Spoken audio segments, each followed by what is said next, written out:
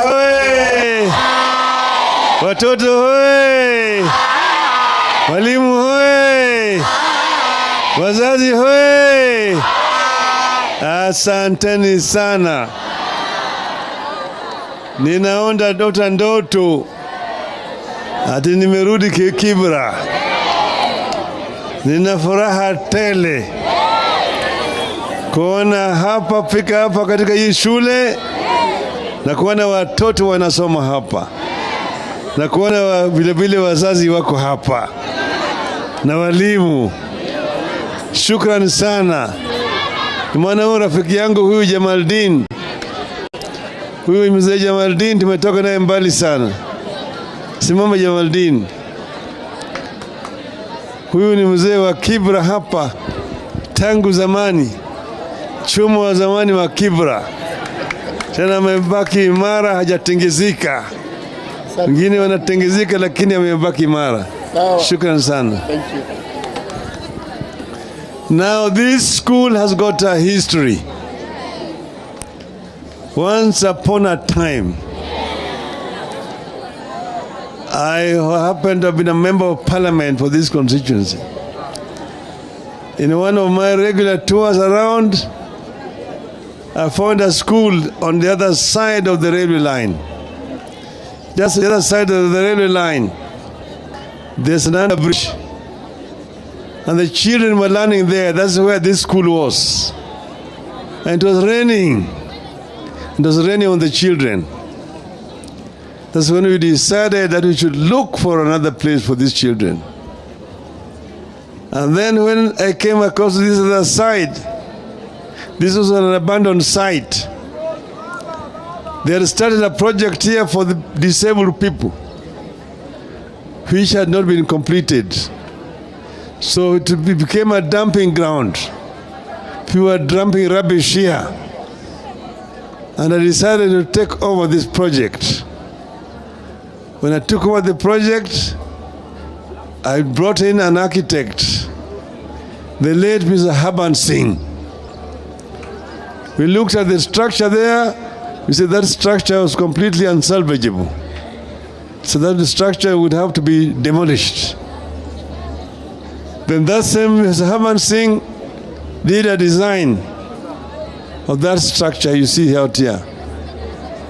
After he did that structure, that design, those days there was no CDF. I decided just with my other friends to look for money to construct that building. And that is how eventually we transferred the children from the other side, where it was raining on them, and brought them this other side here. At the beginning of this school. Then they later on decided to christen it Raila Education Center.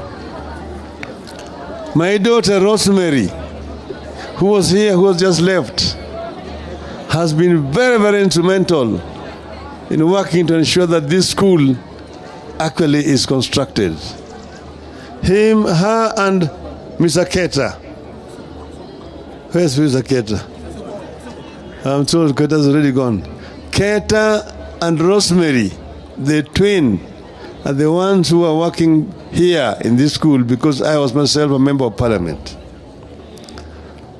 But then thereafter, we got some other friends from outside the country who also made contributions. Sasa hapo application inaitwa Night Run. Night Run. Night Run. Once wanapatianaga. We managed to get this school to where it is today. My dream was to develop here a center of excellence. And I still have that dream to ensure that this school becomes a center of excellence in the city. It was meant for children of poor parents who live in the slums of Kibera here. Now this is just phase one. But I want to assure you that wherever I go, I will always be able to, I will always continue to have this school in mind.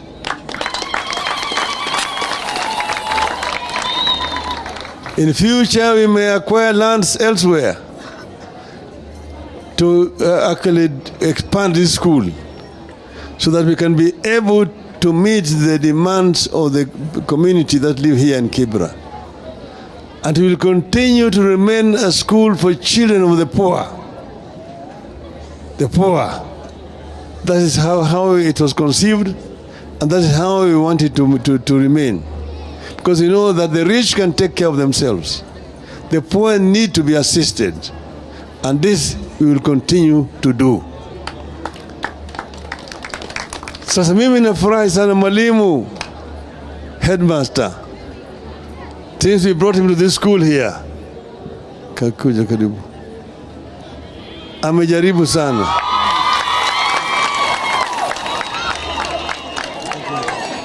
Since we brought him down here, he has done an excellent job. Thank you so much. Of introducing proper discipline in this school and also recruiting efficient teachers who have actually raised the standard of education in this school. And I'm happy to be told that this school was number 2 in the sub-county after Olympic Primary School, after the secondary school. So I'm very happy to be around here. Nina furaha sana sana sana. Wazazi na walimu na wanafunzi. Sasa baba amefika. Si baba amekuja? Education is very fundamental in our country. Without proper education, no nation can prosper. A nation will prosper if you empower your people through quality education. We have here an explosion of the youth. Nearly 60% of our population are the youth below the ages of 35. The youth can be an asset or a drag. If the youth are not empowered, if they're not empowered, they become drug addicts, delinquents, and become basically a load on the society.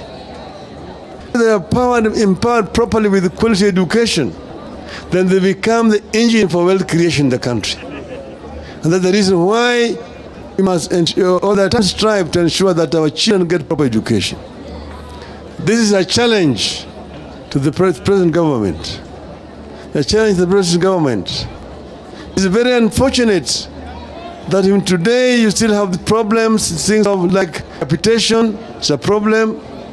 Issues of examinations, there are problems. You still have issues of exam cheats and so on in this country. Things which are associated with primitive societies. Those kind of inefficiencies are things that we do not want to see continue in our country. But then, we have the government, and the government has a responsibility. Government has a responsibility to ensure that teachers are recruited and are properly remunerated.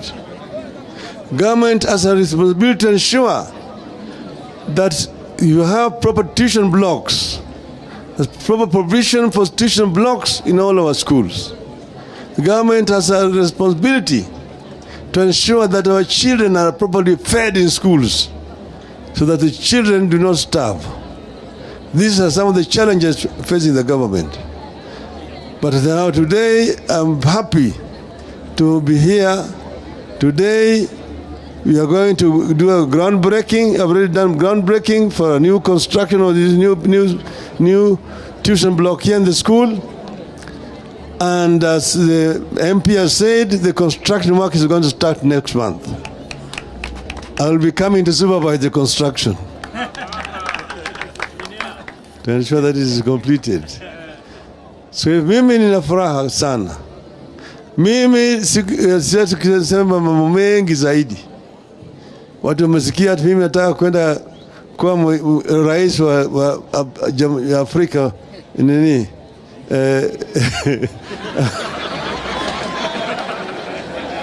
Jumuiya ya Afrika. Lakini baba yuko hapa. I'll be around here. I'll be around here.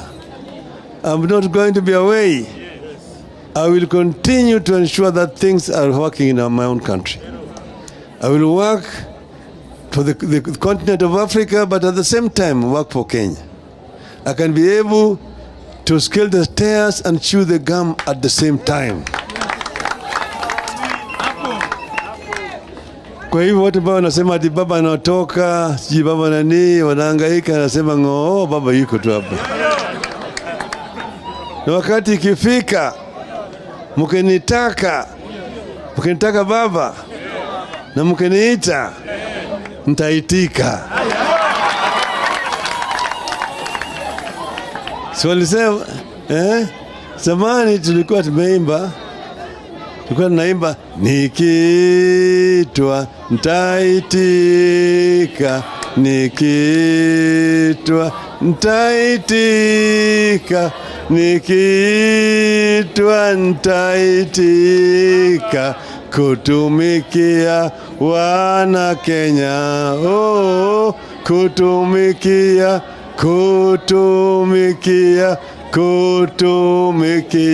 wana Kenya, oh, kutumikia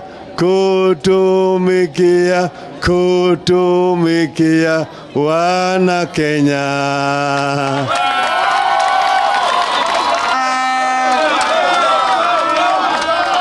Vijana hoi, Kibira hoi. Sasa baba amekuja, na baba akikuja, huyu Sifuna alisema ati KFC. Hao ndio alisema KFC. Sasa nataka mwalimu aje hapa wa primary na wa secondary. Sawa sawa. Wapi walimu wa KFC? Sawa sawa. Primary. Sawa sawa. Alafu sasa ukifunda alisema wazazi. Wapi wazazi? Chairman wa PTA. Chairman wapi? That is 50,000 baht. 50,000.